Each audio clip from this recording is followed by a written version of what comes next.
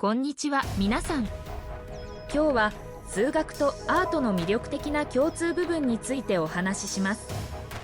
それはホパロンアトラクターという目を見張るような美しいパターンを生み出す概念です。数式は使いませんのでご安心ください。それではこの不思議な世界への旅を始めましょう。ホパロンアトラクターはフラクタルやカオス理論における一種のパターンです。これは単純なルールの繰り返しから生まれる複雑で美しい図形を指します。想像してみてください。1枚の白いキャンバスに点をランダムに打っていくようなものです。しかしこれらの点は完全にランダムではなく、特定の規則に従って配置されます。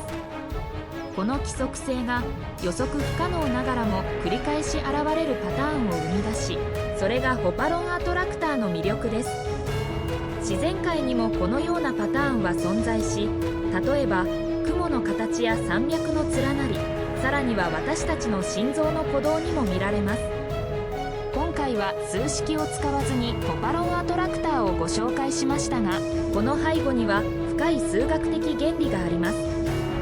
もし興味が湧いたらぜひさらに調べてみてください。この不思議で美しいパターンがあなたの創造性を刺激するかもしれません。